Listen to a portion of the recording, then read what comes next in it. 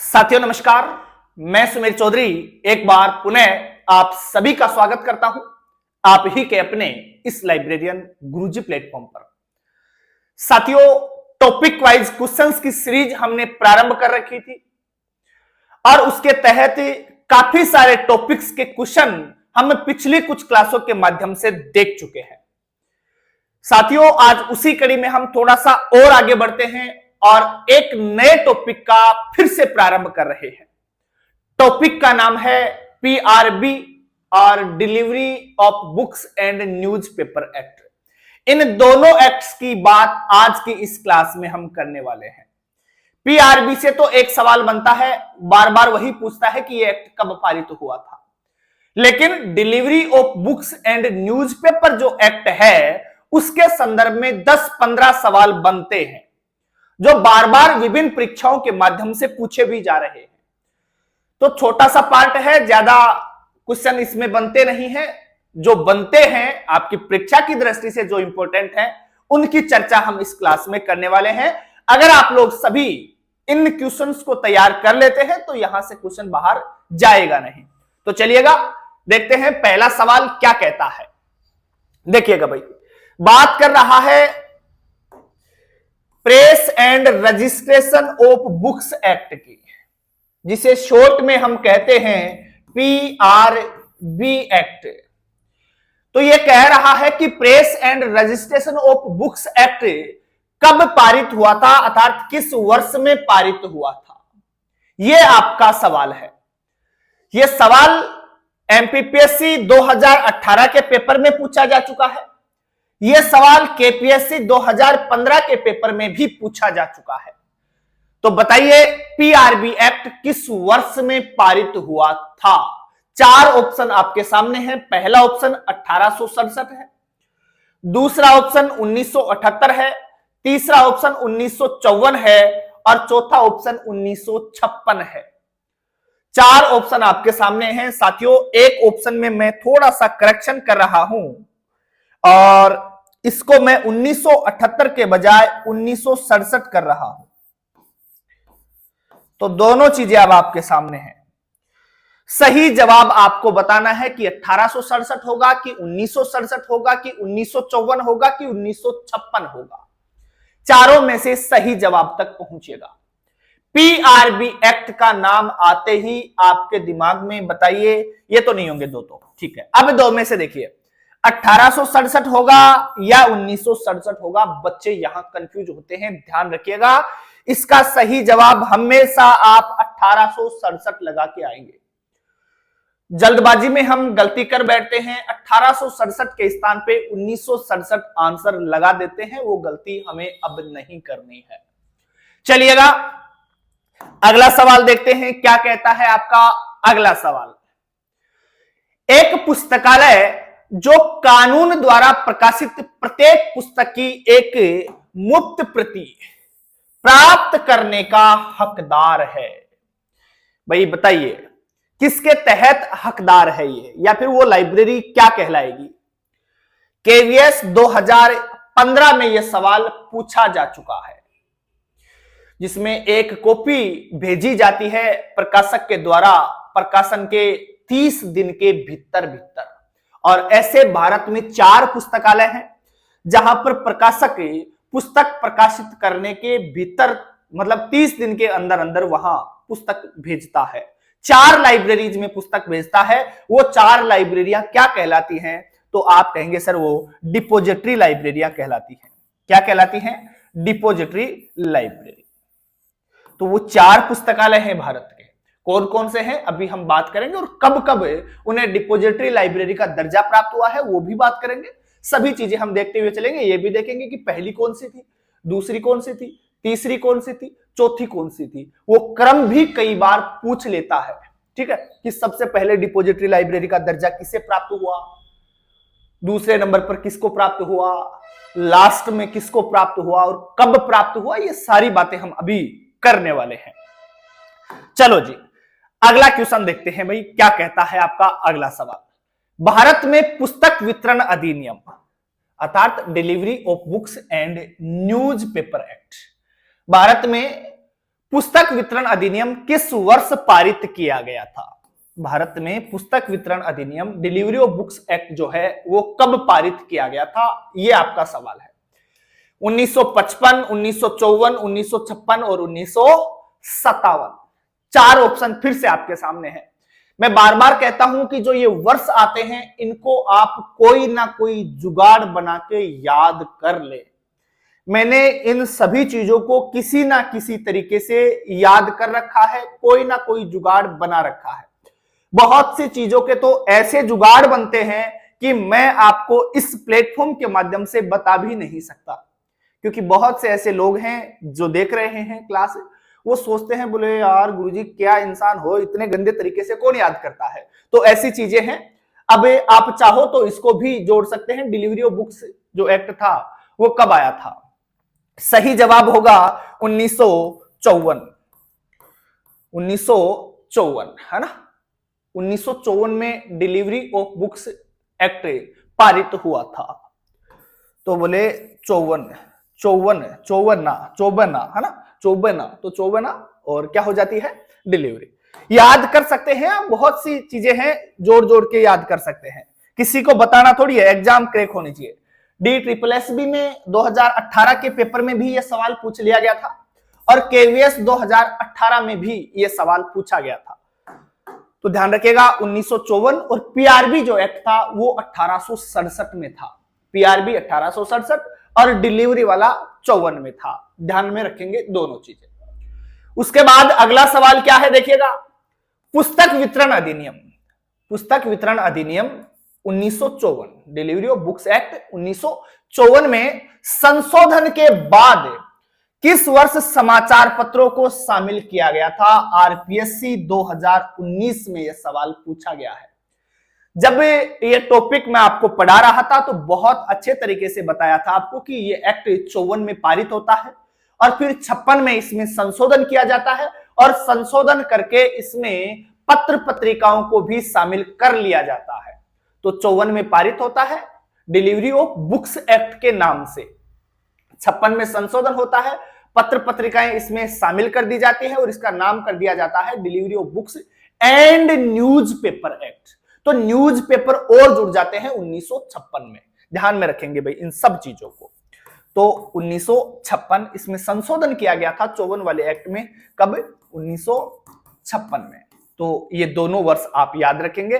तो 1867 के लिए आप PRB याद रखेंगे, 1954 के लिए आप डिलीवरी वाला एक्ट याद रखेंगे और फिर 56 में इसमें संशोधन किया गया था। तो ये चीज भी आप दिमाग में रखेंगे। चलिएगा अगला सवाल देखते हैं क्या कहता है। पुस्तकों और समाचार पत्रों के वितरण अधिनियम 1954 के तहत दिल्ली पब्लिक लाइब्रेरी को सार्वजनिक पुस्तकालय के रूप में कब जोड़ा गया था? चार ऑप्शन आपके सामने हैं। अब देखिएगा यहां पर ऑप्शन दे रखा है 1954, 1980, 1985 और नन ऑफ द अबव। इनमें से कोई नहीं है। चार ऑप्शन है, सही जवाब जाएगा यहां पर डी।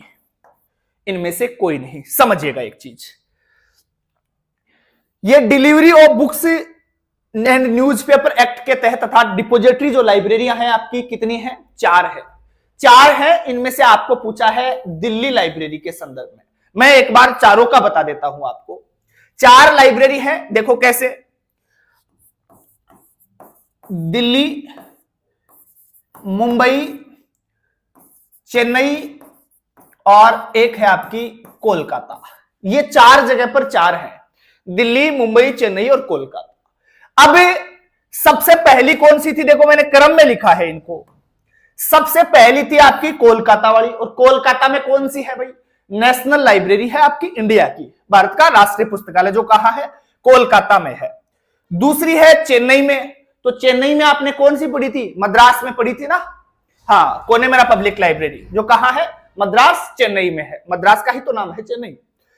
तीसरी थी आपकी मुंबई में। और मुंबई में कौन सी पड़ी थी? एशियाटिक सोसाइटी मुंबई थी, वो आपकी तीसरी है। और लास्ट में चौथी आपकी है दिल्ली पब्लिक लाइब्रेरी। ध्यान रखिएगा। तो ये 4 हैं और ये क्रम इस प्रकार से है। सबसे पहले कोलकाता वाली को, उसके बाद चेन्नई वाली को, फिर मुंबई वाली को और फिर दिल्ली वाली को। अब देखिएगा, कोलकाता वाली जो है नेशनल लाइब्रेरी ऑफ इंडिया है, उसकी स्थापना हो जाती है 1948 में और उसे डिपॉजिटरी लाइब्रेरी का दर्जा प्राप्त हो जाता है इस एक्ट के साथ ही। यह एक्ट आता है 54 में और 54 में ही इसे दर्जा दे दिया जाता है पहली बार। तो सबसे पहली डिपॉजिटरी लाइब्रेरी थी वो भारत का राष्ट्रीय पुस्तकालय था, कॉपीराइट लाइब्रेरी का दर्जा इसे 54 में प्राप्त हो जाता है। दूसरा नंबर फिर आता है किसका भाई, आपकी कोनेमेरा वाली का, कोनेमेरा पब्लिक लाइब्रेरी जो कहां है, मद्रास में। कब स्थापना हुई थी, 1890 में। और उसके बाद 1955 में इसे भी डिपॉजिटरी लाइब्रेरी का दर्जा प्राप्त हो जाता है। उसके बाद एशियाटिक सोसाइटी, और एशियाटिक सोसाइटी भी हम दो पढ़ते हैं, कोलकाता वाली वो 1784 है और यह है मुंबई वाली, तो यह है 1804 में। हालांकि दोनों में ही लास्ट में 4 है, 1784 और 1804 दोनों ही एशियाटिक सोसाइटी है। तो कोलकाता वाली 1784, लेकिन डिपॉजिटरी मुंबई वाली है। और ये कब बनती है भाई, 1804 में। डिपॉजिटरी लाइब्रेरी का दर्जा इसे भी 1955 में ही प्राप्त होता है। तो 55 में 2 आती है, लेकिन पहले चेन्नई आती है फिर मुंबई। उसके बाद बात करते हैं दिल्ली पब्लिक लाइब्रेरी की। तो दिल्ली पब्लिक लाइब्रेरी आपने पढ़ी थी, 1951 में इसकी स्थापना होती है और डिपॉजिटरी लाइब्रेरी का दर्जा इसे प्राप्त होता है 1981 में, 81 में। वो बात अलग है कि एडीबी के प्रकाशनों के लिए इसे 94 में डिपॉजिटरी लाइब्रेरी का दर्जा दिया जाता है, लेकिन वो बात नहीं कर रहे हैं, केवल डिपॉजिटरी लाइब्रेरी की बात कर रहे हैं। तो ये 4 हो गई, पहला नंबर कलकत्ता वाली का, दूसरा चेन्नई वाली का, तीसरा मुंबई वाली का और चौथा दिल्ली वाली का। अब देखो, मैंने तो भाई क्या बताऊं, कुछ अलग ही जुगाड़ बना के रखे होते हैं और मैं क्या कर सकता हूं इसमें। अब लाइब्रेरी साइंस है ही ऐसी, वो बना ही मेरे जैसे लोगों के लिए है, क्योंकि उनको मालूम है कि इसे याद कैसे करवाना है, बच्चों को दिक्कत होगी, तो क्यों ना हम इसी क्रम में दे। तो अपने आप ट्रिक बन रहा है, मैं कुछ भी नहीं कर रहा हूं, इसमें मेरी कोई गलती नहीं है। आप लोग कहीं ये ना सोचे कि बोले यार गुरुजी के इंसान है, के बताऊं ट्रिक भी। हालांकि वो याद हो जाएगा, जीवन भर नहीं भूलोगे, ये भी पक्की बात है। देखो, क्रम याद करना होता है हमें कि सर कैसे याद करें कि पहले नंबर पे कौन सी थी, दूसरे पे कौन सी थी, तीसरे पे कौन सी थी और चौथे पे कौन सी थी। देखिएगा, हंसना नहीं है भाई किसी को भी। ये कोलकाता है, ये चेन्नई है, ये मुंबई है और ये दिल्ली है। तो ट्रिक सीधा सीधा बन रहा है, इसमें मेरी कोई गलती नहीं है। कोल, कोल को तो आप पढ़ लेंगे खोल, ठीक है, खोल, चेन और हाँ मुद्दी। तो मैं कुछ नहीं कर रहा इसमें, खोल, चेन, मुद्दी, तो याद अपने आप हो जाएगा। खोल, चेन, मुद्दी और क्या हो गई, डिलीवरी हो गई। तो delivery of books of newspaper act के तहत ये आपकी डिपॉजिटरी लाइब्रेरी है। सबसे पहले खोल, चेन और मुद्दी, तो मुत्तैदी बोल दिया करो इसको, है ना, तो मुद्दी। तो ये याद हो जाएगा, कहीं समस्या नहीं आएगी, जीवन भर नहीं भूलोगे। खोल, चेन और हाँ, ठीक है, याद हो जाएगा भाई, दिक्कत नहीं होगी, क्रम अपने आप याद हो जाएगा। कोल तो को से आ जाएगी कोलकाता, चे से चेन्नई वाली, मु से मुंबई वाली और दी से आपकी दिल्ली वाली। ये क्रम अपने आप याद हो जाएगा। तो दिल्ली के लिए पूछ रहा था ये, तो दिल्ली वाली के लिए आपको पता ही है 1981 ये वर्ष याद रखना है डिपॉजिटरी लाइब्रेरी के लिए। हालांकि स्थापना तो कब हो जाती है, 51 में ही हो जाती है, लेकिन डिपॉजिटरी लाइब्रेरी का दर्जा 1981 में प्राप्त हुआ था। तो इसलिए आंसर जाएगा इनमें से कोई नहीं, डी, क्योंकि ऐसा कोई ऑप्शन यहां नहीं दे रखा है। बहुत सी चीजें ऐसी हैं जो मैं बता ही नहीं सकता, इस लाइब्रेरी साइंस में जुगाड़ बनते ही ऐसे ही है और इन्हीं की वजह से ये बहुत अच्छे से याद रहती है। कभी नींद में भी बोलोगे, बोले गुरुजी क्या बताया, अरे बावड़ा हो रहा क्या, है ना, तो ये याद हो जाते हैं ऐसे।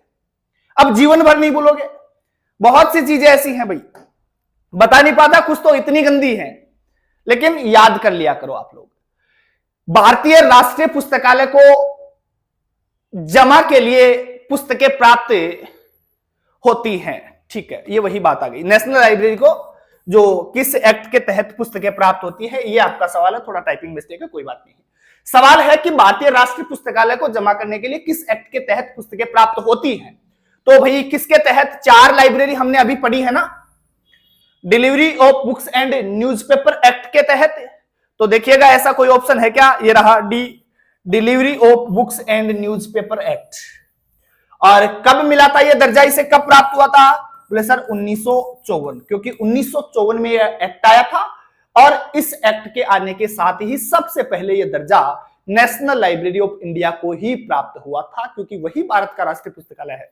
चलिएगा अगला सवाल देखते हैं क्या कहता है। किस अधिनियम के तहत भारतीय राष्ट्रीय पुस्तकालय को पुस्तकें प्राप्त होती हैं? वही बात है, यही सवाल बार बार पूछा जाता है। DSSB 2014, MPSC 2019 ये सवाल पूछे जा रहे हैं। तो एक्ट कौन सा जाएगा? Delivery of books and newspaper act. Newspaper word और जुड़ गया था 1956 में जब संशोधन हुआ था। तो यहां पर भी सवाल का जवाब क्या जाएगा? बी जाएगा। 54 में आया था भाई डिलीवरी वाला, है ना, तो डिलीवरी हो जाती है भाई, ठीक है। निम्नलिखित में से कौन सा एक डिपोजिटरी लाइब्रेरी नहीं है? है ना, कोल्ड चेन, मुद्दी, बस इसके अलावा जो बच गया वो शामिल नहीं है। तो कोलकाता वाली, तो कोलकाता वाली है एक तो नेशनल लाइब्रेरी, ये रही इंडिया वाली, तो ये भी शामिल है। कोल्ड चेन तो चेन्नई में कोनेमारा वाली आ गई, ठीक है, ये भी शामिल है। मुंबई तो एशियाटिक सोसाइटी मुंबई, ये भी आ गई।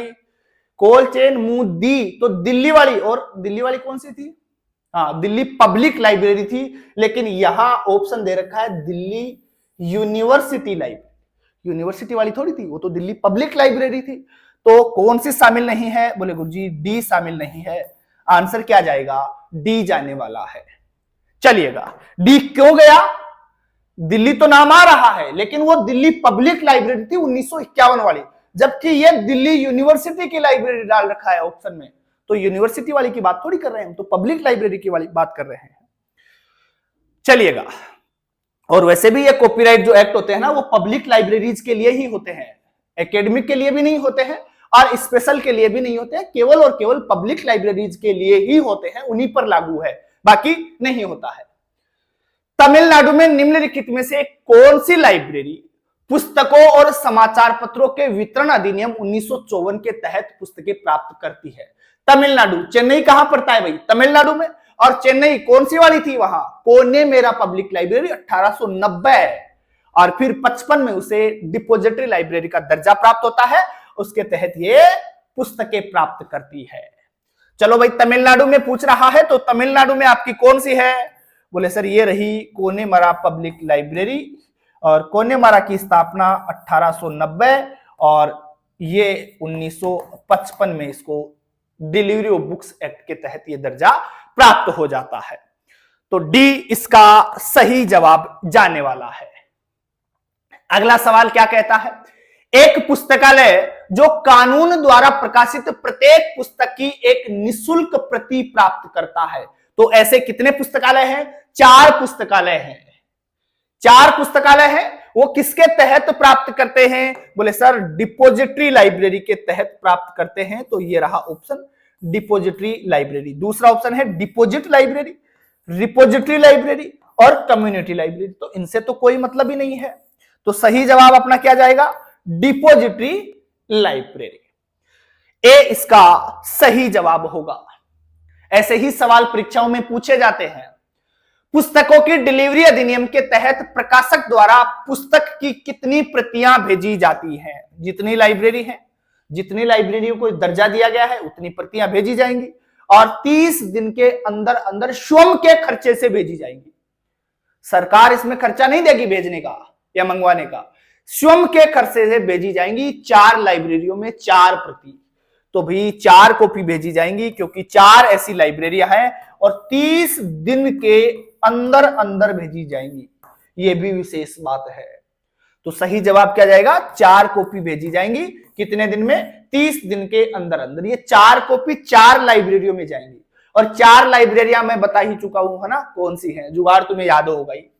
केवीएस 2015 का यह सवाल है, और केवीएस में नहीं, बहुत सी जगह यह सवाल पूछा जा चुका है। बात करते हैं अगले सवाल की, क्या कहता है देखिएगा।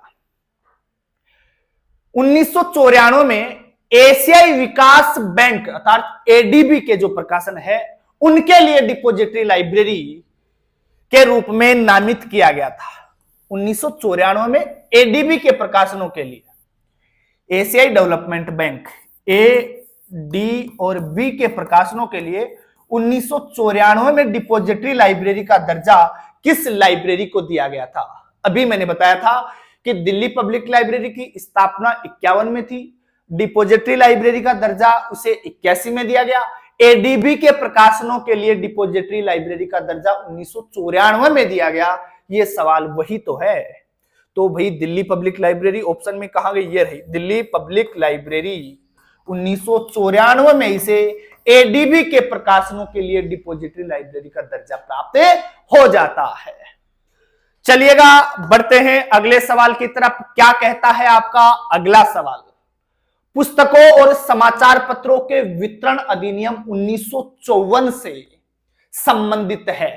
तो बताइए भाई, पुस्तकों और समाचार पत्रों के वितरण अधिनियम अर्थात delivery of books and newspaper act 1954 से संबंध किसका है? अभी मैं बता चुका हूं आपको। क्या पब्लिक लाइब्रेरीज का संबंध होता है इससे? क्या एकेडमिक लाइब्रेरीज का संबंध होता है इससे? क्या स्पेशल लाइब्रेरीज का होता है या फिर सबका ही होता है? Delivery of books and newspaper act 1954 किन किन पर लागू होता है ये आपको बताना है। 4 ऑप्शन है और आप कहेंगे sir delivery of books and newspaper act केवल और केवल पब्लिक लाइब्रेरीज पर लागू होता है। ए इसका सही जवाब जाएगा। राइट आंसर ए होगा। चलिएगा बढ़ते हैं आगे, देखते हैं अगला सवाल। प्रकाशित प्रत्येक पुस्तक और समाचार पत्र के प्रकाशक को पुस्तकों और समाचार पत्रों के वितरण अधिनियम 1954 अर्थात delivery of books and newspaper act 1954 के तहत पुस्तक की एक प्रति अपने खर्चे पर वितरित करनी होती है।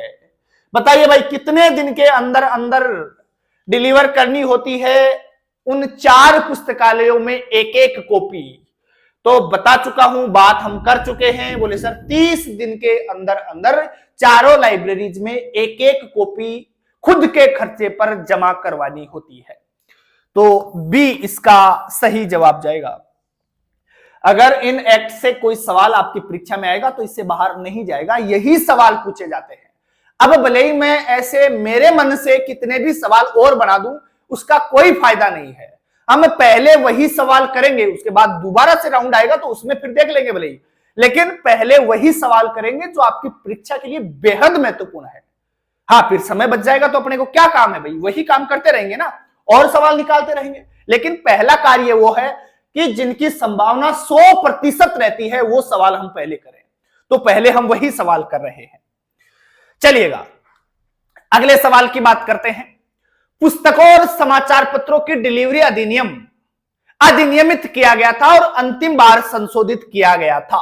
2 चीजें बतानी है, यह एक्ट कब पारित हुआ और फिर इसमें संशोधन कब हुआ। ये 2 वर्ष आपको इस सवाल में बताने हैं। तो देखिएगा भाई, आपको पता है 54 है ना, और डिलीवरी हो गई। ठीक है, 1954 में तो ये पारित हुआ था और 56 में इसमें पत्र पत्रिकाएं अर्थात न्यूज़पेपर इसका नाम और जुड़ गया था, तो न्यूज़पेपर और शामिल हो गए थे। तो 54 में आया और 56 में इसमें संशोधन हुआ था। तो 54 और 56 अर्थात ए और सी ऐसा ऑप्शन आपको ढूंढना है। तो ए और सी आपके सी वाले ऑप्शन में है, तो इसका सही जवाब सी जाएगा। 54 और 56 दोनों याद करते हैं। पीआरबी के लिए आप 1867 याद करते हैं, ना कि 1967। गलती नहीं करनी है, ऑप्शन में 1967 भी साथ होता है। चलिएगा देखते हैं अगला सवाल क्या कहता है। चलिएगा, कंप्लीट है आपके सवाल। अब इसके बाद फिर से एक नया टॉपिक होगा, क्योंकि ये छोटा सा पार्ट था, एक ही तो एक्ट था और इससे यही सवाल बार बार घुमा घुमा के पूछता है। अगली क्लास में नया टॉपिक शुरू हो जाएगा और फिर उसके भी हम बहुत से क्वेश्चन करने वाले हैं।